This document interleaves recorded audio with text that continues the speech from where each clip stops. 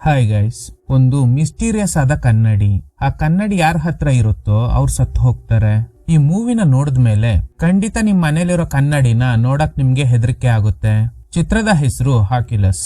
2013ರಲ್ಲಿ ತೆರೆ ಕಂಡಿದ್ದ American horror come mystery thriller ಚಿತ್ರ. ಮೂವಿ ಸ್ಟಾರ್ಟಿಂಗ್ ನಲ್ಲಿ ಒಬ್ಬ ವ್ಯಕ್ತಿ ಗನ್ ಹಿಡ್ಕೊಂಡು ರೂಮ್ ಒಳಗಡೆ ಹೋಗ್ತಾನೆ. ಈ ಗ್ಯಾಪ್ ನಲ್ಲಿ ಇಬ್ರು ಮಕ್ಕಳು ಆ ಮನೆಯಿಂದ ಎಸ್ಕೇಪ್ ಆಗೋದಕ್ಕೆ ಟ್ರೈ ಮಾಡ್ತಾರೆ. ಹೀಗೆ ಹೋಗ್ತಾ ಇರುವಾಗ ಹುಡ್ಗನ್ ಕಣ್ಣಿಗೆ ಯಾವ್ದೋ ಒಂದು ದೆವ್ವ ನಿಂತ್ಕೊಂಡಿರೋ ಹಾಗೆ ಕಾಣಿಸುತ್ತೆ. ಅದನ್ನ ನೋಡಿ ಕಿರ್ಚೋ ಅಷ್ಟ್ರಲ್ಲಿ ಅವ್ರ ಅಕ್ಕ ಅಲ್ಲಿಗೆ ಬಂದು ಅವನ್ ಬಾಯಿನ ಮುಚ್ಚಿ ಹಿಡ್ಕೋತಾಳೆ. ಅಷ್ಟರಲ್ಲಿ ಗನ್ ಹಿಡ್ಕೊಂಡಿದ್ದ ವ್ಯಕ್ತಿ ಕಣ್ಮುಂದೆ ಬಂದು ಆ ಹುಡುಗಿಗ್ ಶೂಟ್ ಮಾಡ್ತಾನೆ. ಆಕ್ಚುಲಿ ಇದೊಂದು ಕನ್ಸು. ಈ ಹುಡುಗ ಚಿಕ್ಕ ವಯಸ್ಸಲ್ಲಿ ಒಂದು ಕ್ರೈಮ್ ಮಾಡಿದ್ದಾನೆ. ಇದೇ ಕಾರಣಕ್ಕೆ ಇವನಿಗೆ 20 ವರ್ಷ ಆಗೋ ತನಕ ಒಂದು ಮೆಡಿಕಲ್ ಅಸೈಲಂ ನಲ್ಲಿ ಟ್ರೀಟ್ಮೆಂಟ್ ತಗೋತಾ ಇದ್ದ. ಆದ್ರೆ ಈಗ ಅವನು ಕಂಪ್ಲೀಟ್ಲಿ ಕ್ಯೂರ್ ಆಗಿದ್ದಾನೆ. ಅವ್ನ್ 21st ಬರ್ಡೇಗೆ ರಿಲೀಸ್ ಮಾಡೋ ನಿರ್ಧಾರ ಮಾಡ್ತಾರೆ. ಇವನ್ ಹೆಸರು ಟಿಮ್. ನೆಕ್ಸ್ಟ್ ಒಂದು ಹುಡುಗಿನ ತೋರಿಸ್ತಾರೆ. ಇವಳ ಹೆಸರು ಕೇಲಿ. ಅವಳು ಒಂದು ಆಕ್ಷನ್ ನಡೀತಾ ಇರೋ ಜಾಗದಲ್ಲಿ ಇದ್ದಾಳೆ. ಅಲ್ಲೊಂದು ಪುರಾತನ ಕನ್ನಡಿನ ಸೇಲ್ ಮಾಡೋಕೆ ಆಕ್ಷನ್ ಕೂಗ್ತಾ ಇದ್ದಾರೆ. ಆ ಕನ್ನಡಿಯ ರೈಟ್ ಕಾರ್ನರ್ ನಲ್ಲಿ ಒಂದು ಕ್ರ್ಯಾಕ್ ಆಗಿದೆ. ತುಂಬಾ ಜನ ಬಿಡ್ ಮಾಡ್ತಾರೆ. ಇವತ್ತೇ ಟಿಮ್ ನ 21st ಬರ್ಡೇ. ಥಿಂಗ್ಸ್ ಎಲ್ಲ ಪ್ಯಾಕ್ ಮಾಡ್ಕೊಂಡು ಹೊರಡಕ್ ರೆಡಿ ಆಗಿದ್ದಾನೆ. ಇನ್ನು ಕೇಲಿಗೊಬ್ಬ ಬಾಯ್ ಫ್ರೆಂಡ್ ಇದ್ದಾನೆ. ಅವನ್ ಹೆಸರು ಮೈಕಲ್. ಅವನು ಈ ಆಕ್ಷನ್ ನ ಕಂಡಕ್ಟ್ ಮಾಡ್ತಿರೋದು. ಒಂದ್ಸ ಕನ್ನಡಿ ಸೇಲ್ ಆದ್ಮೇಲೆ ಕೇಲಿ ಅಲ್ಲಿಂದ ಹೋಗ್ತಾಳೆ. ಟಿಮ್ ಹ್ಯಾಪಿಯಾಗಿ ಹೊರಗಡೆ ಬರ್ತಾನೆ. ಅಲ್ಲಿ ಕೇಲಿ ಇವನಿಗೋಸ್ಕರ ಕಾಯ್ತಾ ಇದ್ದಾಳೆ. ಕೇಲಿ ಬೇರೆ ಯಾರು ಅಲ್ಲ, ಇವನ ಅಕ್ಕ. ಇಬ್ರು ಒಂದು ಹೋಟೆಲ್ಗೆ ಹೋಗ್ತಾರೆ. ತಗೋ, ಇದು ನಿನಗೆ ಸೇರ್ಬೇಕಾಗಿರೋ ಆಸ್ತಿ ಅಂತ ಒಂದು ಚೆಕ್ ಕೊಡ್ತಾಳೆ. ನಾವು ಇಷ್ಟು ವರ್ಷ ಯಾವ್ದಕ್ಕೋಸ್ಕರ ಕಾಯ್ತಾ ಇದ್ವೋ ಆ ಸಂದರ್ಭ ಇವಾಗ ಬಂದಿದೆ. ಏನ್ ಮಾತಾಡ್ತಾ ಇದ್ಯಾ ಕೇಲಿ? ನನ್ಗೆ ಏನು ಅರ್ಥ ಆಗ್ತಿಲ್ಲ. ನಾನು ಕಷ್ಟಪಟ್ಟು ಅದನ್ನ ಕಂಡು ಹಿಡಿದಿದ್ದೀನಿ. ಆ ಕೆಲ್ಸನ ನಾವಿಬ್ರೆ ಮಾಡ್ಬೇಕು. ನೀನ್ ನನಗೆ ಪ್ರಾಮಿಸ್ ಮಾಡಿದ್ಯಾ, ನಾವು ಅದನ್ನ ನಾಶ ಮಾಡ್ಬೇಕು. ಇದನ್ ಕೇಳಿ ಟಿಮ್ ಸ್ವಲ್ಪ ಗಾಬರಿ ಆಗ್ತಾನೆ. ಈಗ ಒಂದು ಫ್ಲಾಶ್ ಬ್ಯಾಕ್ 11 ವರ್ಷದ ಹಿಂದೆ. ಆ ಸಮಯದಲ್ಲಿ ಟಿಮ್ ಹಾಗೇನೆ ಕೇಲಿ ಚಿಕ್ಕ ಹುಡುಗರು ಫ್ಯಾಮಿಲಿ ನ್ಯೂ ಪ್ಲೇಸ್ ಗೆ ಶಿಫ್ಟ್ ಆಗ್ತಾರೆ. ಅವ್ರ ಮನೇಲಿ ಒಂದು ಪುರಾತನ ಕನ್ನಡಿ ಇದೆ. ಆ ಕನ್ನಡಿನ ಟಿಮ್ ಅವ್ರ ತಂದೆ ಆಲನ್ ರೂಮ್ ನಲ್ಲಿ ಇಡ್ತಾರೆ. ಟಿಮ್ ಅವ್ರ ತಾಯಿ ಹೆಸರು ಮೇರಿ. ಮೇರಿ ಕೇಳ್ತಾರೆ, ಯಾಕೆ ಈ ಪುರಾತನ ಕನ್ನಡಿನ ಇಸ್ಕೊಂಡ್ ಬಂದಿದ್ದೀರಾ ಅಂತ. ನಿನ್ಗೆ ಆಂಟಿಕ್ ಪೀಸ್ ಅಂದ್ರೆ ಇಷ್ಟ ತಾನೆ, ಅದಕ್ಕೇನೆ ಪರ್ಚೇಸ್ ಮಾಡಿ ತಗೊಂಡ್ ಬಂದೆ. ಪ್ರೆಸೆಂಟ್ ನಲ್ಲಿ ಟಿಮ್ ಸದ್ಯಕ್ಕೆ ಒಂಟಿಯಾಗಿರ್ಬೇಕು ಅಂದಿದ್ರಿಂದ ಹೋಟೆಲ್ ರೂಮ್ ನಲ್ಲಿ ಇರಕ್ಕೆ ಹೇಳ್ತಾಳೆ. ಮನೆಗ್ ಬಾ ಅಂತ ಫೋರ್ಸ್ ಮಾಡಿದ್ರುನು ಹೋಗಕ್ ಇವನು ರೆಡಿ ಇಲ್ಲ. ನೀನು ಚಿಕ್ಕ ವಯಸ್ಸಲ್ಲಿ ಮಾಡಿದ ಪ್ರಾಮಿಸ್ ನೆನ್ಪಿದ್ಯಾ? ಹೌದು, ನನಗ್ ನೆನ್ಪಿದೆ. 10 ವರ್ಷ ಆಗಿದ್ದಾಗ ನಿನಗೆ ಪ್ರಾಮಿಸ್ ಮಾಡಿದ್ದೆ. ಏನೇ ಇರ್ಲಿ, ನಾಳೆ ನಾನು ಅಲ್ಲಿಗೆ ಹೋಗ್ತಾ ಇದ್ದೀನಿ. ಇಷ್ಟ ಇದ್ರೆ ಜೊತೆಲ್ ಬಾ, ನನ್ಗೆ ನಿನ್ ಹೆಲ್ಪ್ ಬೇಕು. ಈಗ ಕೇಳಿ ಅಲ್ಲಿಂದ ಹೋಗ್ತಾಳೆ. ಟಿಮ್ ಮುಂದೆ ಇರೋ ಮಿರರ್ ನ ನೋಡ್ತಾನೆ. ಕತೆ ಫ್ಲಾಶ್ ಬ್ಯಾಕ್ ಗೆ ಹೋಗುತ್ತೆ. ಮೇರಿ ಕನ್ನಡಿ ಮುಂದೆ ನಿಂತ್ಕೊಂಡು ಹೊಟ್ಟೆಲೆ ಆಗಿರೋ ಮಾರ್ಕ್ಸ್ ಗಳನ್ನ ಅಬ್ಸರ್ವ್ ಮಾಡ್ತಾಳೆ. ಇದ್ರ ಬಗ್ಗೆ ಆಲನ್ಗೆ ಹೇಳ್ದಾಗ ಅವನು ಅಷ್ಟಾಗಿ ತಲೆ ಕೆಡ್ಸ್ಕೊಳ್ಳೋದಿಲ್ಲ. ರಾತ್ರಿ ಆಲನ್ ನೀರ್ ಕುಡಿಯಕ್ ಬಂದಾಗ ಯಾವ್ದೋ ಆತ್ಮ ನಿಂತಿರೋದ್ ನೋಡಿ ಹೆದ್ರು ಬಿಡ್ತಾನೆ. ಕೆಲವೇ ಸೆಕೆಂಡ್ ಗಳಲ್ಲಿ ಅದು ಮಾಯ ಆಗುತ್ತೆ. ಲೈಟ್ ಹಾಕ್ ನೋಡಿದಾಗ ಆತ್ಮ ಕನ್ನಡಿ ಹತ್ರನೇ ನಿಂತ್ಕೊಂಡಿತ್ತು ಅನ್ನೋದು ಗೊತ್ತಾಗುತ್ತೆ. ಅಲ್ಲಿ ಯಾರಾದ್ರೂ ಇದ್ದಾರಾ ಅಂತ ಚೆಕ್ ಮಾಡುವಾಗ ಕೈಯಲ್ಲಿ ಹಿಡ್ಕೊಂಡಿದ್ದ ಜ್ಯೂಸ್ ಬಟ್ಟೆ ಮೇಲೆ ಚೆಲ್ ಬಿಡುತ್ತೆ. ಭ್ರಮೆ ಇರ್ಬೇಕು ಅನ್ಕೊಂಡು ಮತ್ತೆ ರೂಮ್ಗೆ ಹೋಗ್ತಾನೆ. ಪ್ರೆಸೆಂಟ್ ನಲ್ಲಿ ಕೇಳಿ ತನ್ನ ಬಾಯ್ ಫ್ರೆಂಡ್ ಜೊತೆ ಇರೋದ್ನ ತೋರಿಸ್ತಾರೆ. ರಾತ್ರಿ ಲೈಟ್ ಆನ್ ಮಾಡಿ ಮಿರರ್ ಮುಂದೆ ನಿಂತಿರುವಾಗ ಸಡನ್ ಆಗಿ ಆಲನ್ ಬಂದು ಅವಳು ಕತ್ ಹಿಸ್ಕಿ ಸಾಯಿಸೋದಕ್ಕೆ ಟ್ರೈ ಮಾಡ್ತಾನೆ. ಇದ್ರಿಂದ ಕೇಳಿ ಕಿರ್ಚಾಡ್ತಾ ಇದ್ದಾಳೆ. ಆಕ್ಚುಲಿ ಇದೊಂದು ಕನ್ಸು. ಮೈಕಲ್ ಅವಳಿಗೆ ಸಮಾಧಾನ ಮಾಡ್ತಾನೆ. ನೆಕ್ಸ್ಟ್ ಡೇ ಕೇಳಿ ಕಲೆಕ್ಟ್ ಮಾಡಿದ್ದ ಕೆಲವು ಫೋಟೋಸ್ ಬಗ್ಗೆ ಮೈಕಲ್ ಕೇಳ್ತಾನೆ. ಈಗ ನಿನಗೆ ಹೇಳಿದ್ರುನು ಅದು ಅರ್ಥ ಆಗಲ್ಲ. 2 ದಿನ ಕಳೀಲಿ, ಆಮೇಲೆ ಹೇಳ್ತೀನಿ ಅಂತ. ಈಗ ಅವಳು ಆ ಕನ್ನಡಿ ಇರೋ ಜಾಗಕ್ಕೆ ಬರ್ತಾಳೆ. ಈ ಕನ್ನಡಿ ಪರ್ಚೇಸ್ ಮಾಡಿರೋ ಓನರ್ ನನ್ನ ರಿಪೇರಿ ಮಾಡೋ ಕಳ್ಸಿದ್ದಾರೆ ಅಂತ ಸುಳ್ಳು ಹೇಳ್ತಾಳೆ. ಇವಳ ಪ್ಲಾನ್ ಏನಂದ್ರೆ ಈ ಕನ್ನಡಿನ ಈ ಜಾಗದಿಂದ ಕದ್ಕೊಂಡು ಹೋಗಿ ಇವರಿದ್ದ ಹಳೆ ಮನೇಲಿ ಇಡೋದು. ಕನ್ನಡಿನ ಓಪನ್ ಮಾಡ್ತಾಳೆ. ಆಗ ಹಿಂದೆ ಯಾವ್ದೋ ಆತ್ಮ ಇರೋ ತರ ಫೀಲ್ ಆಗುತ್ತೆ. ಇದ್ರಿಂದ ಕೇಲಿಗ್ ತುಂಬಾನೇ ಭಯ ಆಗುತ್ತೆ. ಆಕ್ಚುಲಿ ಆ ಜಾಗದಲ್ಲಿ 2 ಸ್ಟ್ಯಾಚು ಮಾತ್ರ ಇದೆ. ಕನ್ನಡಿನಲ್ಲಿ ನೋಡಿದಾಗ 3 ಇರೋ ತರ ಕಾಣ್ತಿದೆ. ಅದಕ್ಕೆ ನಿಧಾನಕ್ಕೆ ಆ ಸ್ಟ್ಯಾಚು ಹತ್ರ ಬಂದು ಒಂದೊಂದೇ ಬಟ್ಟೆನ ಎಳೆದು ನೋಡ್ತಾಳೆ. 2 ಕೂಡ ಸ್ಟ್ಯಾಚುನೇ ಆಗಿರುತ್ತೆ. ಇನ್ನೇನು 3ನೇದು ಓಪನ್ ಮಾಡ್ಬೇಕು ಅನ್ನೋ ಅಷ್ಟ್ರಲ್ಲಿ ಆ ಕನ್ನಡಿನ ನೋಡ್ಕೋತಾ ಇದ್ದ ವ್ಯಕ್ತಿ ಬರ್ತಾನೆ. ಈಗ ನೀವು ಇದನ್ನ ಎತ್ಕೊಂಡು ಹೋಗ್ಬೋದು ಅಂತ. ಈಗ 3ನೇ ಸ್ಟ್ಯಾಚು ಅಲ್ಲಿ ಕಾಣಿಸ್ತಾ ಇಲ್ಲ. ಗಾಬರಿ ಆಗಿದ್ದ ಕೇಲಿ ಆ ಕನ್ನಡಿ ನೋಡಿ ಸದ್ಯದಲ್ಲೇ ನಿನ್ನ ಮೀಟ್ ಆಗ್ತೀನಿ ಅಂತ ಹೇಳ್ತಾಳೆ. ಆಗ ಟಿಮ್ ಕಾಲ್ ಮಾಡಿ ಹೇಳ್ತಾನೆ, ನಿನ್ನೆ ನಾನು ಸ್ವಲ್ಪ ಹಾರ್ಶ್ ಆಗಿ ನಡ್ಕೋಬಿಟ್ಟೆ ಅಲ್ವಾ, ಸಾರಿ, ನಾನ್ ನಿನ್ಗೆ ಹೆಲ್ಪ್ ಮಾಡ್ತೀನಿ. ಆಗ ಕೇಲಿ ನಮ್ಮ ಹಳೆ ಅಡ್ರೆಸ್ಗೆ ಬಾ ಅಂತ ಹೇಳ್ತಾಳೆ. ಇದನ್ ಕೇಳಿ ಟಿಮ್ ಗಾಬರಿ ಆಗ್ತಾನೆ. ಕೇಲಿ ಆ ಕನ್ನಡಿನ ಕಾರಲ್ಲಿ ಹಾಕೊಂಡು ಹಳೆ ಮನೆ ಕಡೆ ಹೊರಡ್ತಾಳೆ. ಮತ್ತೆ ಕತೆ ಫ್ಲಾಶ್ ಬ್ಯಾಕ್ ಗೆ ಹೋಗುತ್ತೆ. ಮೇರಿ ನೋಟಿಸ್ ಮಾಡಿದಾಗ ಮನೇಲಿದ್ದ ಗಿಡಗಳೆಲ್ಲ ಬಾಡೋಗ್ತಾ ಇದೆ. ಹಾಗೇನೆ ಟಿಮ್ ಅಂಡ್ ಕೇಲಿ ಹೊರಗಡೆ ಆಟ ಆಡ್ತಾ ಇದ್ದಾರೆ. ಹೀಗೆ ಆಟ ಆಡ್ತಾ ತಂದೆ ಜೊತೆಲಿ ಯಾವ್ದೋ ಹುಡುಗಿ ಇರೋದ್ನ ಕೇಲಿ ನೋಟಿಸ್ ಮಾಡ್ತಾಳೆ. ಅಷ್ಟರಲ್ಲಿ ಟಿಮ್ ಡಿಸ್ಟ್ರಾಕ್ಟ್ ಮಾಡಿದ್ರಿಂದ ಇವಳು ಕೂಡ ಓಡಕ್ ಶುರು ಮಾಡ್ತಾಳೆ. ರಾತ್ರಿ ಡಿನ್ನರ್ ಮಾಡ್ತಾ ಇರುವಾಗ ನಿಮ್ಮ ಆಫೀಸ್ ನಲ್ಲಿದ್ದ ಹುಡುಗಿ ಯಾರು ಅಂತ ಕೇಲಿ ಕೇಳ್ತಾಳೆ. ಆದ್ರೆ ಅಲನ್ ಏನು ಉತ್ತರ ಕೊಡ್ತಾ ಇಲ್ಲ. ಕೇಲಿ ಮತ್ತೆ ಕೇಳಿದಾಗ ಆ ತರ ಯಾರು ಇಲ್ಲ ಅಂತ ಹೇಳ್ತಾನೆ. ಪ್ರೆಸೆಂಟ್ ನಲ್ಲಿ ಟಿಮ್ ಅದೇ ಮನೇಲೆ ಇದ್ದಾನೆ, ಅಂದ್ರೆ 11 ವರ್ಷದ ಹಿಂದೆ ಇದ್ದ ಹಳೆ ಮನೆಯಲ್ಲಿ. ಕೇಲಿ ಒಂದು ಡಾಗ್ ಜೊತೆಲಿ ಬರ್ತಾಳೆ. ಆ ಕನ್ನಡಿನ ಮನೆ ಒಳಗಡೆ ತರಕ್ಕೆ ಹೆಲ್ಪ್ ಮಾಡ್ತೀಯಾ ಅಂತ ಕೇಳ್ತಾಳೆ. ಈಗ ಇಬ್ರು ಆ ಕನ್ನಡಿನ ಒಳಗಡೆ ಎತ್ಕೊಂಡು ಬರ್ತಾರೆ. ಈಗ್ಲೇ ಟಿಮ್ ಅಬ್ಸರ್ವ್ ಮಾಡ್ತಾನೆ, ಆ ರೂಮ್ ನಲ್ಲಿ 3 ಕ್ಯಾಮರಾಸ್ ಇದೆ. ಹಾಗೇನೆ ಮೇಲ್ಗಡೆ ಒಂದು ಡಿವೈಸ್ ಫಿಕ್ಸ್ ಆಗಿದೆ. ಅದ್ರ ಹೆಸರು ಕಿಲ್ ಸ್ವಿಚ್ ಅಂತೆ. ಎಮರ್ಜೆನ್ಸಿ ಸಂದರ್ಭದಲ್ಲಿ ಮಾತ್ರ ಕಿಲ್ ಸ್ವಿಚ್ ನ ಆನ್ ಮಾಡ್ಬೇಕಂತೆ. ಈಗ ಒಂದು ಎಕ್ಸ್ಪೆರಿಮೆಂಟ್ ಮಾಡೋದಾಗಿ ಕ್ಯಾಮರಾ ಮುಂದೆ ಹೇಳ್ತಾಳೆ. ಈ ಕನ್ನಡಿ ಇಟ್ಕೊಂಡಿದ್ದ 45 ಜನ ಇಲ್ಲಿ ತನಕ ಸತ್ತೋಗಿದ್ದಾರಂತೆ. ಅದಕ್ಕೆ ಬೇಕಾದ ಪ್ರೂಫ್ ಗಳನ್ನ ಕ್ಯಾಮರಾ ಮುಂದೆ ತೋರಿಸ್ತಾಳೆ. ಆಗ ಟಿಮ್ ಇಂಟ್ರಪ್ಟ್ ಮಾಡ್ತಾನೆ, ಯಾಕಂದ್ರೆ ಇದನ್ನೆಲ್ಲ ನಂಬಕ್ಕೆ ಅವನು ರೆಡಿನೇ ಇಲ್ಲ. ಅವ್ರಗಳಿಗಿದ್ದ ಮೆಡಿಕಲ್ ಕಂಡೀಷನ್ ಇಂದ ಸತ್ತೋಗಿದ್ದಾರೆ ಹೊರತು ಈ ಕನ್ನಡಿಯಿಂದ ಅಲ್ಲ ಅಂತ. ಆದ್ರೆ ಕೇಲಿ ಇವನ್ ಮಾತಕ್ ತಲೆ ಕೆಡಿಸ್ಕೊಳ್ದೆ ಮಾತನ್ನ ಮುಂದುವರಿಸ್ತಾಳೆ. ಅಲ್ಲಿ 3 ಅಲಾರ್ಮ್ ಕ್ಲಾಕ್ಸ್ ಇದೆ. ಫಸ್ಟ್ ಒನ್ ಎವ್ರಿ 45 ಮಿನಿಟ್ಸ್ಗೆ ಅಲಾರ್ಮ್ ಸೆಟ್ ಆಗಿದೆ, ಯಾಕಂದ್ರೆ ಕ್ಯಾಮರಾ ಫುಟೇಜ್ ಚೆಕ್ ಮಾಡಕ್ಕೆ. ಎರಡನೇದು ಎವ್ರಿ 1 ಅವರ್ಗೆ ಊಟ ತಿಂಡಿ ಹಾಗೇನೆ ನೀರ್ ಕುಡಿಯಕ್ಕೆ. ಮೂರನೇದು ಎಲ್ಲಾ ರೂಮ್ ನಲ್ಲೂ ಒಂದು ಡಿವೈಸ್ ಫಿಕ್ಸ್ ಮಾಡಿದ್ದಾರೆ. ಅದು ರೂಮ್ ನಲ್ಲಿರೋ ಟೆಂಪರೇಚರ್ ನ ಅನಲೈಸ್ ಮಾಡುತ್ತೆ. ಟೆಂಪರೇಚರ್ ಜಾಸ್ತಿ ಅಥವಾ ಕಡಿಮೆ ಆದ್ರೆ ಅಲಾರ್ಮ್ ಶಬ್ದ ಬರುತ್ತೆ. ಅಷ್ಟೇ ಅಲ್ಲದೆ ಎವ್ರಿ 1 ಅವರ್ಗೆ ಒಂದ್ಸಲ ಮೈಕಲ್ ಕಾಲ್ ಮಾಡ್ತಾ ಇರ್ತಾನೆ. ಇವಳೇನಾದ್ರೂ ಪಿಕ್ ಮಾಡಿಲ್ಲ ಅಂದ್ರೆ ಅವನು ಪೊಲೀಸ್ ಸಮೇತ ಬರ್ತಾನೆ. ಆಕ್ಚುಲಿ ಇದು ಕೂಡ ಕೇಳಿದೆ ಪ್ಲಾನ್. ಈಗ 1 ಅವರ್ ಆಗ್ತಿದ್ದಂಗೆ ಇಬ್ರು ತಿನ್ನಕ್ ಶುರು ಮಾಡ್ತಾರೆ. ಟಿಮ್ ಕೇಳ್ತಾನೆ, ಯಾಕೆ ಇದನ್ನೆಲ್ಲ ಮಾಡ್ತಿದೀಯಾ ಅಂತ. ನಿನ್ನನ್ನ ಹಾಗೇನೆ ಅಪ್ಪನ್ನ ಕಿಲ್ಲರ್ಸ್ ಅಂತ ಹೇಳ್ದವ್ರಿಗೆ ಅದೆಲ್ಲ ಸುಳ್ಳು ಅಂತ ಪ್ರೂವ್ ಮಾಡೋಕೆನೆ ನಾನು ಈ ರೀತಿ ಎಕ್ಸ್ಪೆರಿಮೆಂಟ್ ಮಾಡ್ತಾ ಇದ್ದೀನಿ. ಹಾಗೇನೆ ಅವ್ರ ಫ್ಯಾಮಿಲಿನಲ್ಲಿ ನಡೆದ ಘಟನೆ ಬಗ್ಗೆನೂ ಹೇಳ್ತಾಳೆ. ಆದ್ರೆ ಟಿಮ್ ಹೇಳ್ತಿರೋ ಪ್ರಕಾರ ಇವ್ರ ತಂದೆ ಆಲನ್ಗೆ ಹುಚ್ಚಿಡ್ದಿತ್ತು. ಇದೇ ಕಾರಣಕ್ಕೆ ಅವರು ತಾಯಿಗ್ ಟಾರ್ಚರ್ ಮಾಡ್ತಿದ್ರು. ಅದಕ್ಕೆ ನಾನು ತಂದೆಗ್ ಶೂಟ್ ಮಾಡ್ದೆ ಅಂತ. ಆಗ ಕೇಳಿ ಇದಕ್ಕೆಲ್ಲ ಕಾರಣ ಕನ್ನಡಿ. ಅದೇ ಮನುಷ್ಯರನ್ನ ಕಂಟ್ರೋಲ್ ಮಾಡಿ ಇನ್ನೊಬ್ಬರನ್ನ ಕೊಲೆ ಮಾಡಿಸ್ತಾ ಇದೆ. ಇದರಿಂದ ಟ್ರಿಗರ್ ಆಗಿದ್ದ ಟಿಮ್ ಒಂದು ಸ್ಟೂಲ್ ತಗೊಂಡೋಗಿ ಆ ಕನ್ನಡಿಯಿಂದ ತಾನೇ ಸಮಸ್ಯೆ ಆಗ್ತಿರೋದು, ಇದನ್ನೇ ಹೊಡೆದಾಕ್ತೀನಿ ಅಂತ ಹತ್ರ ಹೋಗ್ತಾನೆ. ಆದ್ರೆ ಹೊಡಿಯಕ್ಕಾಗಲ್ಲ. ಆಗ ಕೇಳಿ ಕೇಳ್ತಾಳೆ, ಯಾಕೆ ಹೊಡಿತಿಲ್ಲ ನೀನು?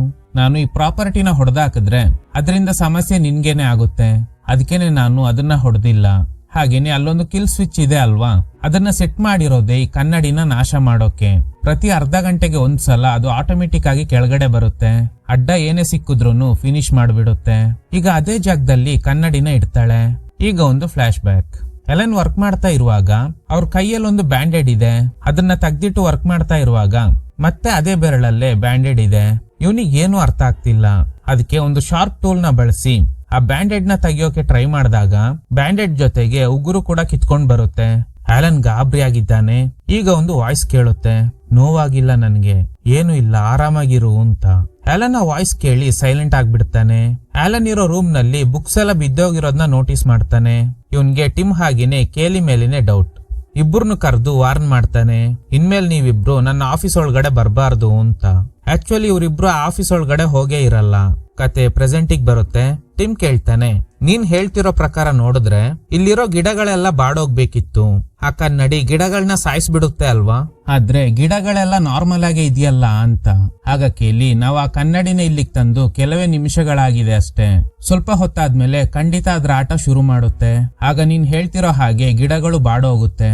ಆಮೇಲೆ ಅವಳು ತಂದಿದ್ದ ಡಾಗ್ ನ ಒಂದು ಕೇಜ್ ಒಳಗಡೆ ಕೂಡ್ ಹಾಕಿ ಆ ಕೇಜ್ಗೆ ಬಟ್ಟೆ ಮುಚ್ಚಿ ಕನ್ನಡಿ ಮುಂದೆ ಇಡ್ತಾಳೆ. ಟಿಮ್ ಕೇಳ್ತಾನೆ, ಯಾಕೆ ಹೀಗೆಲ್ಲ ಮಾಡ್ತಿದ್ಯಾ ಅಂತ. ಆಗ ಕೇಳಿ, ನಿನ್ಗೆ ಚಿಕ್ಕ ವಯಸ್ಸಲ್ಲಿ ನಡೆದಿದ್ದು ನೆನ್ಪಿಲ್ವಾ? ಈಗ ಮತ್ತೆ ಫ್ಲಾಶ್ ಬ್ಯಾಕ್. ಟಿಮ್ ಹಾಗೇನೆ ಕೇಳಿ ಚಿಕ್ಕ ವಯಸ್ಸಲ್ಲಿ ಅವ್ರ ಮನೇಲಿ ಒಂದು ಡಾಗ್ ನ ಸಾಕಿರ್ತಾರೆ. ಆದ್ರೆ ಆ ಡಾಗ್ ಆ ಕನ್ನಡಿ ಮನೆಗ್ ಬಂದ ಮೇಲೆ ತುಂಬಾನೇ ಸೈಲೆಂಟ್ ಆಗ್ಬಿಡುತ್ತೆ. ಈಗ ಆಲನ್ ಮತ್ತೆ ಮೇರಿನ ತೋರಿಸ್ತಾರೆ.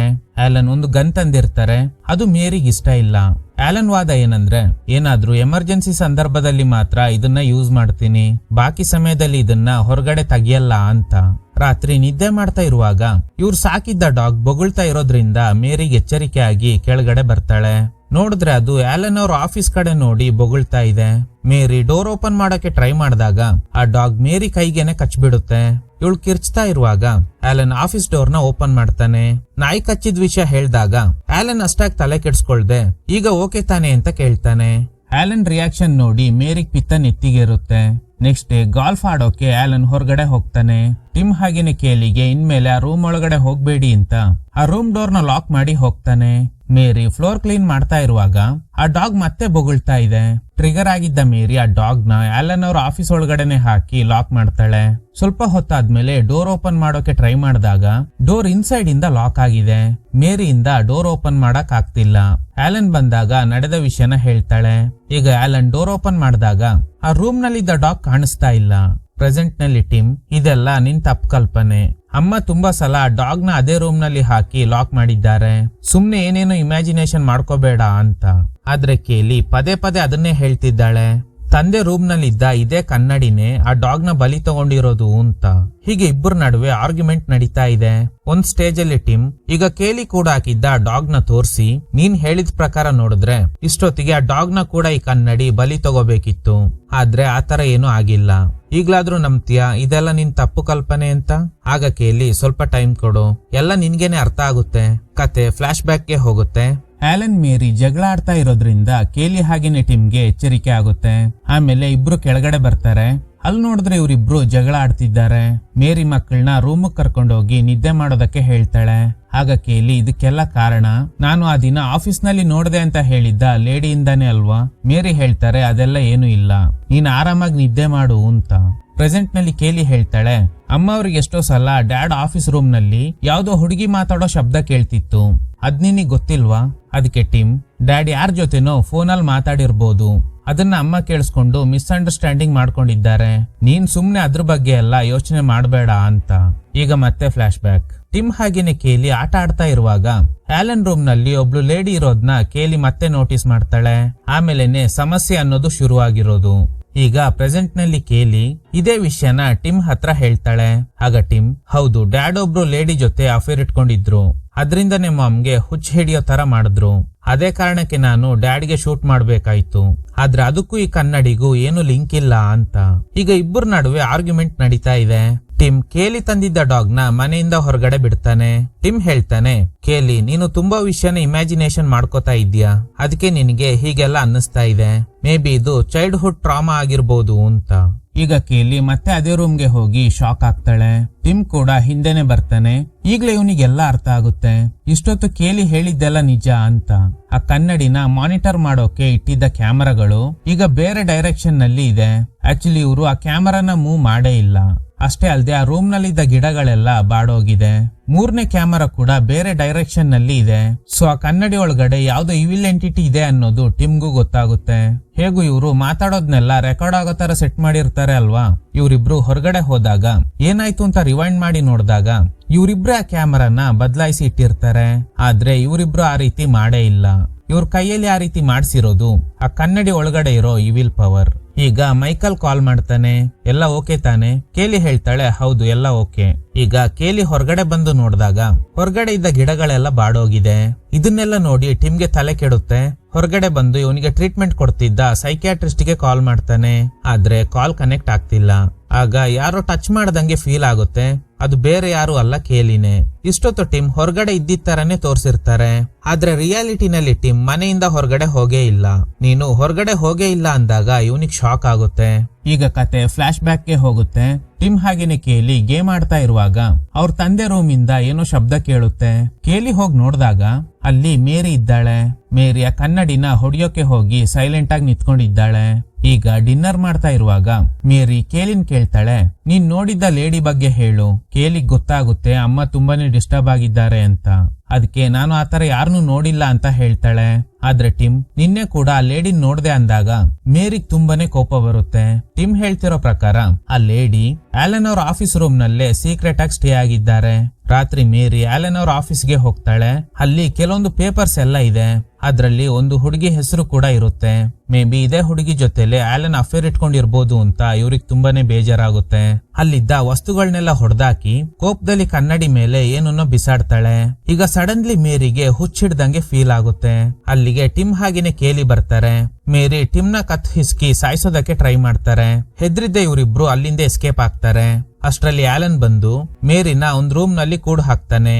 ಯಾರಿಗಾದ್ರೂ ಕಾಲ್ ಮಾಡಿ ಹೆಲ್ಪ್ ಕೇಳೋಣ ಅಂದ್ರೆ ಯಾರಿಗೂ ಕಾಲ್ ಮಾಡಬೇಡ, ಎಲ್ಲ ಸರಿಯಾಗಿ ಇದೆ ಅಂತ ಆಲನ್ಗೆ ಒಂದು ವಾಯ್ಸ್ ಕೇಳುತ್ತೆ. ಅದಕ್ಕೆ ಕಾಲ್ ಮಾಡದೆ ಸೈಲೆಂಟ್ ಆಗಿದ್ದಾನೆ. ಇದನ್ನೆಲ್ಲ ಮಾಡ್ತಿರೋದು ಆ ಕನ್ನಡಿನೇ. ಆಲನ್ ಟಿಮ್ ಹಾಗೇನೆ ಕೇಲಿನ್ ಕರ್ದು, ಇನ್ಮೇಲೆ ನೀವಿಬ್ರು ಮೇರಿ ಇರೋ ರೂಮ್ಗೆ ಹೋಗ್ಬಾರ್ದು, ಯಾಕಂದ್ರೆ ಮೇರಿ ಕಂಡೀಷನ್ ಈಗ ಸರಿ ಇಲ್ಲ ಅಂತ. ಪ್ರೆಸೆಂಟ್ ನಲ್ಲಿ ಟಿಮ್ ಹಾಗೇನೆ ಕೇಲಿ ಆಪಲ್ ತಿಂತಾ ಇದ್ದಾರೆ. ಒಂದ್ ರೂಮ್ ನಲ್ಲಿ ಮಾತ್ರ ಲೈಟ್ ಉರಿತಾ ಇಲ್ಲ. ಕೇಲಿ ಆಪಲ್ ನ ಕೆಳಗಡೆ ಇಟ್ಟು ಬೇರೆ ಬಲ್ಬ್ ಹಾಕ್ತಾಳೆ. ಆಮೇಲೆ ಆಪಲ್ ತಿಂತ ಹೊರಗಡೆ ಬಂದಾಗ ಶಾಕಿಂಗ್ಲಿ ಆಪಲ್ ಅನ್ಕೊಂಡು ಬಲ್ಬ್ ನ ಕಚ್ಚಿರ್ತಾಳೆ. ಬಾಯೆಲ್ಲ ಕುಯ್ಕೊಂಡು ರಕ್ತ ಸುರಿತಾ ಇದೆ. ಆದ್ರೆ ಟಿಮ್ ಬಂದಾಗ ಅವಳ ಕೈಯಲ್ಲಿ ಆಪಲ್ ಮಾತ್ರ ಇದೆ, ಅವಳ ಬಾಯಿಗೂ ಏನಾಗಿಲ್ಲ. ಇದೆಲ್ಲ ಅವಳಿಗೆ ಆ ಕನ್ನಡಿ ಕ್ರಿಯೇಟ್ ಮಾಡ್ತಿರೋ ಇಲ್ಯೂಷನ್ ಅಷ್ಟೇ. ಈಗ ಮತ್ತೆ ಫ್ಲಾಶ್ ಬ್ಯಾಕ್. ಮೇರಿ ಮೆಂಟಲಿ ಡಿಸ್ಟರ್ಬ್ ಆಗಿರೋದ್ರಿಂದ ಮನೇಲಿ ಯಾವುದೇ ಅಡಿಗೆ ಮಾಡಿಲ್ಲ. ಇವರಿಬ್ರಿಗೆ ಹೊಟ್ಟೆ ಹಸಿತಾ ಇದೆ, ಆದ್ರೆ ಮನೇಲಿ ಫುಡ್ ಐಟಮ್ ಇಲ್ಲ. ಇವರಿಬ್ರು ಆಲನ್ ಹತ್ರ ನಮ್ಗೆ ಹೊಟ್ಟೆ ಹಸಿತಾ ಇದೆ, ಆದ್ರೆ ಆಲನ್ ಸರಿಯಾಗಿ ಉತ್ತರ ಕೊಡ್ತಿಲ್ಲ. ಇದರಿಂದ ಟ್ರಿಗರ್ ಆಗಿದ್ದ ಕೇಲಿ ಮೇರಿ ರೂಮ್ ಒಳಗಡೆ ಹೋಗ್ತಾಳೆ. ನೋಡಿದ್ರೆ ಮೇರಿ ರಾಕ್ಷಸಿಯಾಗಿ ಬದಲಾಗಿದ್ದಾಳೆ. ಗಾಬರಿಯಾಗಿದ್ದ ಕೇಲಿ ಹೊರಗಡೆ ಓಡ್ ಬರ್ತಾಳೆ. ಈ ವಿಷಯನ ಆಲನ್ಗೂ ಹೇಳ್ತಾಳೆ. ಡಾಕ್ಟರ್ನ ಕರ್ಸಿ ಮಾಮ್ ಕಂಡೀಷನ್ ತುಂಬಾನೇ ಬ್ಯಾಡ್ ಆಗಿದೆ ಅಂದಾಗ ಆಲನ್ ತುಂಬಾನೇ ರೂಡ್ ಆಗಿ ನಡ್ಕೋತಾನೆ. ನೀನ್ ಯಾಕೆ ರೂಮ್ ಒಳಗಡೆ ಹೋದೆ? ಮೇರಿಗೆ ಯಾವುದೇ ಡಾಕ್ಟರ್ನ ಅವಶ್ಯಕತೆ ಇಲ್ಲ, ಅವಳೇ ರಿಕವರ್ ಆಗ್ತಾಳೆ ಅಂತ. ಕೇಲಿ ಮನೇಲಿದ್ದ ಎಮರ್ಜೆನ್ಸಿ ನಂಬರ್ ನ ನೋಡಿ ಫಸ್ಟ್ ಡಾಕ್ಟರ್ಗೆ ಕಾಲ್ ಮಾಡ್ತಾಳೆ. ಆದ್ರೆ ಎಲ್ಲಾ ಡಾಕ್ಟರ್ಸ್ ನಿಮ್ ಪೇರೆಂಟ್ಸ್ ಹೇಳಿದ್ರೆ ಮಾತ್ರ ನಾವು ಹೆಲ್ಪ್ ಮಾಡ್ತೀವಿ ಅಂತಿದ್ದಾರೆ. ಅದಕ್ಕೆ ಕೇಲಿ ಪಕ್ಕದ ಮನೆಯವ್ರಿಗೆ ವಿಷಯ ಹೇಳಿದಾಗ ಅವ್ರು ಬಂದು ಆಲನ್ ಜೊತೆಲಿ ಮಾತಾಡ್ತಾರೆ. ಕೇಲಿ ಹೇಳ್ತಿದ್ಲು ಮೇರಿಗೇನೋ ಹುಷಾರಿಲ್ವಂತೆ, ಆದ್ರೆ ಆಲನ್ ನಾನೆಲ್ಲ ನೋಡ್ಕೊತೀನಿ, ನೀವು ಹೋಗಿ ಅಂತ ಮ್ಯಾನೇಜ್ ಮಾಡಿ ಕಳಿಸ್ಬಿಡ್ತಾನೆ. ಈಗ ಪ್ರೆಸೆಂಟ್ ನಲ್ಲಿ ಕೇಲಿ ಆ ಕನ್ನಡಿ ಮುಂದೆನೆ ಕೂತ್ಕೊಂಡಿದ್ದಾಳೆ. ಈಗ್ಲೇ ಸ್ಟ್ರೈಕ್ ಆಗುತ್ತೆ. ಪ್ರತಿ ಅರ್ಧ ಗಂಟೆಗೆ ಒಂದ್ಸಲ ಆ ಕಿಲ್ ಸ್ವಿಚ್ ಆಟೋಮೆಟಿಕ್ ಆಗಿ ಆನ್ ಆಗಿ ಬಂದು ಹೊಡೆಯೋ ಚಾನ್ಸಸ್ ಇದೆ. ಈಗ ಇವಳು ಕನ್ನಡಿ ಹತ್ರನೇ ಇರೋದ್ರಿಂದ ಕೇಲಿ ಡೇಂಜರ್ ನಲ್ಲಿ ಇದ್ದಾಳೆ. ತಕ್ಷಣ ಓಡೋಗಿ ಅದನ್ನ ರೀಸೆಟ್ ಮಾಡ್ತಾಳೆ. ಆಮೇಲೆನೆ ಗೊತ್ತಾಗುತ್ತೆ ಇದೆಲ್ಲ ಕನ್ನಡಿದೆ ಕೆಲ್ಸ. ತನ್ನನ್ನ ಸೇವ್ ಮಾಡ್ಕೊಳ್ಳೋಕೆ ಕೇಲಿನ ಅದ್ರ ಹತ್ರ ಕೂರ್ಸ್ಕೊಂಡಿರುತ್ತೆ. ಈಗ ಪವರ್ ಕಟ್ ಆಗಿದೆ. ಕೇಲಿ ಪ್ರತಿಯೊಂದು ರೂಮ್ ನಲ್ಲೂ ಇರೋ ಎಮರ್ಜೆನ್ಸಿ ಲ್ಯಾಂಪ್ ಗಳನ್ನ ಆನ್ ಮಾಡ್ತಾಳೆ. ಆಗ ಕತ್ಲೆಯಲ್ಲಿ ಗೊತ್ತಾಗದೆ ಒಂದು ಪಾಟ್ ನ ಹೊಡೆದಾಕ್ತಾಳೆ. ಮೇಲ್ಗಡೆ ರೂಮ್ ನಲ್ಲಿ ಹೊಡೆದಾಕಿರೋ ಟೈಲ್ಸ್ ಪೀಸ್ ಎಲ್ಲ ಇದೆ. ಇದೆಲ್ಲ ಕನ್ನಡಿನೇ ಕ್ರಿಯೇಟ್ ಮಾಡ್ತಿರೋ ಇಲ್ಯೂಷನ್ ಅನ್ಕೊಂಡು ಕೆಳಗಡೆ ಬರ್ತಾಳೆ. ಅಲ್ಲೂ ಕೂಡ ಟೈಲ್ಸ್ ಪೀಸ್ ಗಳು ಬಿದ್ದಿದೆ. ಕ್ಯಾಮರಾ ಮುಂದೆ ಹಿಡಿದಾಗ ಅದು ಕಾಣಿಸ್ತಾ ಇಲ್ಲ. ಸೊ ಆ ಕನ್ನಡಿ ನನ್ನ ಕನ್ಫ್ಯೂಸ್ ಮಾಡ್ತಿದೆ ಅನ್ಕೊಂಡು ತಿರುಗ್ದಾಗ ಅಲ್ಲೊಂದು ದೆವ್ವ ನಿಂತ್ಕೊಂಡಿದೆ. ಕೈಯಲ್ಲಿದ್ದ ಟೈಲ್ಸ್ ಪೀಸ್ ಇಂದ ಅಟ್ಯಾಕ್ ಮಾಡ್ತಾಳೆ. ನೋಡಿದ್ರೆ ಅದು ಮೈಕಲ್ ಆಗಿ ಬದಲಾಗುತ್ತೆ. ಇದು ಕೂಡ ಇಲ್ಯೂಷನ್ ಅನ್ಕೋತಾಳೆ. ಅಷ್ಟ್ರಲ್ಲಿ ಅಲ್ಲಿ ಟಿಮ್ ಬರ್ತಾನೆ. ಅವನ್ ಕಣ್ಣಿಗೆ ಅದು ಮೈಕಲ್ ತರನೇ ಕಾಣ್ತಿದೆ. ಅಷ್ಟ್ರಲ್ಲಿ ಕೇಲಿಗೊಂದು ಕಾಲ್ ಬರುತ್ತೆ. ಕಾಲ್ ಮಾಡಿರೋದು ಮೈಕಲ್. ಇವಳಿಗೆ ಫುಲ್ ಖುಷಿ ಆಗುತ್ತೆ. ಯಾಕಂದ್ರೆ ಇದು ಮೈಕಲ್ ಅಲ್ಲ, ಕಾಲಲ್ಲಿ ಮಾತಾಡ್ತಿರೋದೇ ನಿಜವಾದ ಮೈಕಲ್ ಅಂತ. ಆಗ್ಲೇ ಟಿಮ್ ಒಂದು ವಿಷಯನ ನೋಟ್ ಮಾಡ್ತಾನೆ. ಅವಳು ಟೈಲ್ಸ್ ಪೀಸ್ ಇಂದ ಚುಚ್ಚಿರ್ತಾಳೆ ಅಲ್ವಾ, ಅದ್ರಲ್ಲಿ ರಕ್ತದ ಕಲೆ ಇದೆ. ಈಗ ಕೇಲಿಗ್ ಡೌಟ್ ಬಂದು ಫೋನ್ ಕ್ಯಾಮೆರಾ ಆನ್ ಮಾಡಿ ನೋಡಿದಾಗ ಶಾಕಿಂಗ್ಲಿ ಅಲ್ಲಿ ಸತ್ತಿರೋದು ಮೈಕಲ್ಲೇ ಹೊರತು ಇಲ್ಯೂಷನ್ ಅಲ್ಲ. ದೆವ್ವ ಅನ್ಕೊಂಡು ಮೈಕಲ್ ನ ಕೊಂದಿರ್ತಾಳೆ. ಅಲರ್ಟ್ ಆಗಿದ್ದ ಟಿಮ್ ಇವಳನ್ನ ಹೊರಗಡೆ ಕರ್ಕೊಂಡ್ ಬಂದು 911 ಗೆ ಕಾಲ್ ಮಾಡಿ ಸಿಚುವೇಶನ್ ಬಗ್ಗೆ ಹೇಳ್ತಾನೆ. ಪೊಲೀಸ್ ಬರೋ ತನಕ ಇಲ್ಲೇ ಇರೋಣ, ಮನೆ ಒಳಗಡೆ ಹೋದ್ರೆ ನಮ್ ಜೀವಗಳಿಗೆ ಅಪಾಯ ಇದೆ ಅಂತ. ಆದ್ರೆ ಇವ್ರ ಕಣ್ಣಿಗೆ ಅವರಿಬ್ರು ಆ ಮನೆ ಒಳಗಡೆ ಇರೋ ತರ ಕಾಣ್ತಿದೆ. ಇವ್ರಿಗೆ ಯಾವ್ದು ಇಲ್ಯೂಷನ್ ಯಾವ್ದು ರಿಯಾಲಿಟಿ ಏನು ಅರ್ಥ ಆಗ್ತಿಲ್ಲ. ಅದಕ್ಕೆ ಮತ್ತೆ 911 ಗೆ ಕಾಲ್ ಮಾಡಿದಾಗ ಅವಾಗ್ಲೇ ಏನ್ ಹೇಳಿದ್ರು ಅದನ್ನೇ ರಿಪೀಟ್ ಮಾಡ್ತಾರೆ. ಆಗ ಕೇಲಿ ಆ ಫೋನ್ ನ ಇಸ್ಕೊಂಡು ಹೊಡೆದಾಕ್ತಾಳೆ. ಯಾವ್ದು ನಿಜ ಅಂತ ತಿಳ್ಕೊಳ್ಳೋಕೆ ಮತ್ತೆ ಮನೆ ಒಳಗಡೆ ಹೋಗ್ತಾರೆ. ಹೋದಾಗ ಇವರಿಬ್ರು ಆ ಕನ್ನಡಿ ಮುಂದೆ ನಿಂತ್ಕೊಂಡಿದ್ದಾರೆ. ಈಗ ಸಡನ್ ಆಗಿ ಪವರ್ ಕಟ್ ಆಗುತ್ತೆ. ಆಗ ಒಂದು ದೆವ್ವ ಕನ್ನಡಿಯಿಂದ ಬರುತ್ತೆ. ಇದನ್ನ ನೋಡಿ ಇಬ್ರಿಗೂ ಶಾಕ್ ಆಗುತ್ತೆ. ಇದೆಲ್ಲ ಇಲ್ಯೂಷನ್ ಅನ್ಕೊಂಡು ಇಬ್ರು ಅಲ್ಲೇ ನಿಂತ್ಕೊಂಡಿದ್ದಾರೆ. ಈಗ ದೊಡ್ಡವನಾಗಿದ್ದ ಟಿಮ್ ಸಡನ್ ಆಗಿ ಚಿಕ್ಕವನಾಗಿ ಬದಲಾಗಿ ಅಲ್ಲಿಂದ ಓಡ್ ಹೋಗ್ತಾನೆ. ಅದಕ್ಕೆ ಕೇಲಿ ಕೂಡ ಅಲ್ಲಿಂದ ಎಸ್ಕೇಪ್ ಆಗ್ತಾಳೆ. ಈಗ ಮತ್ತೆ flashback. Tim and Kaylee ಒಂದು ರೂಮ್ ಒಳಗಡೆ ಹೈಡ್ ಆಗಿದ್ದಾರೆ. ಹಾಗೇನೆ ಆಲನ್ ಕೈಯಲ್ಲಿ ಗನ್ ಇದೆ. ಅವನೋಗಿ ಮೇರಿನ ರಿಲೀಸ್ ಮಾಡ್ತಾನೆ. ಈ ಕಡೆ ರೂಮ್ ಅಲ್ಲಿರೋ ಕೇಲಿ ಹಾಗೇನೆ ಟಿಮ್ ಒಂದು ಪ್ಲಾನ್ ಮಾಡ್ತಾರೆ. ಅದೇನಂದ್ರೆ ಯಾರಾದ್ರೂ ಮುಂದೆ ಬಂದ್ರೆ ಗಾಲ್ಫ್ ಬ್ಯಾಟ್ ಇಂದ ಹೊಡಿಬೇಕು. ಆಮೇಲೆ ಟಿಮ್ ಇಲ್ಲಿಂದ ಎಸ್ಕೇಪ್ ಆಗಿ ಯಾರನ್ನಾದ್ರೂ ಹೆಲ್ಪ್ ಗೆ ಕರೀತಾನೆ. ಇದೇ ಇವ್ರ ಪ್ಲಾನ್. ಮೇರಿ ಅಡ್ಡ ಬಂದಾಗ ಅವಳಿಗೂ ಬ್ಯಾಟ್ ಇಂದ ಹೊಡಿತಾಳೆ. ಆದ್ರೆ ಮೇರಿ ನಿರಂತರವಾಗಿ ಓಡಿಸ್ಕೊಂಡು ಬರ್ತಾ ಇದ್ದಾಳೆ. ಆಗ ಕೇಲಿ ಬೇರೊಂದು ರೂಮ್ ಒಳಗಡೆ ಹೋಗಿ ವಿಂಡೋ ಮುಖಾಂತರ ಹೊರಗಡೆ ಜಂಪ್ ಮಾಡ್ತಾಳೆ. ಆದ್ರೆ ಟಿಮ್ ಇನ್ನು ಒಳಗಡೆನೆ ಸಿಗಾಕೊಂಡಿದ್ದಾನೆ. ಸೊ ಅದಕ್ಕೆ ಕೇಲಿ ಮತ್ತೆ ಮನೆ ಒಳಗಡೆ ಹೋಗ್ತಾಳೆ. ಅಷ್ಟ್ರಲ್ಲಿ ಮೇರಿ ಬಂದು ಇವಳು ಕತ್ತು ಹಿಸ್ಕಿ ಸಾಯಿಸೋದಕ್ಕೆ ಟ್ರೈ ಮಾಡ್ತಾಳೆ.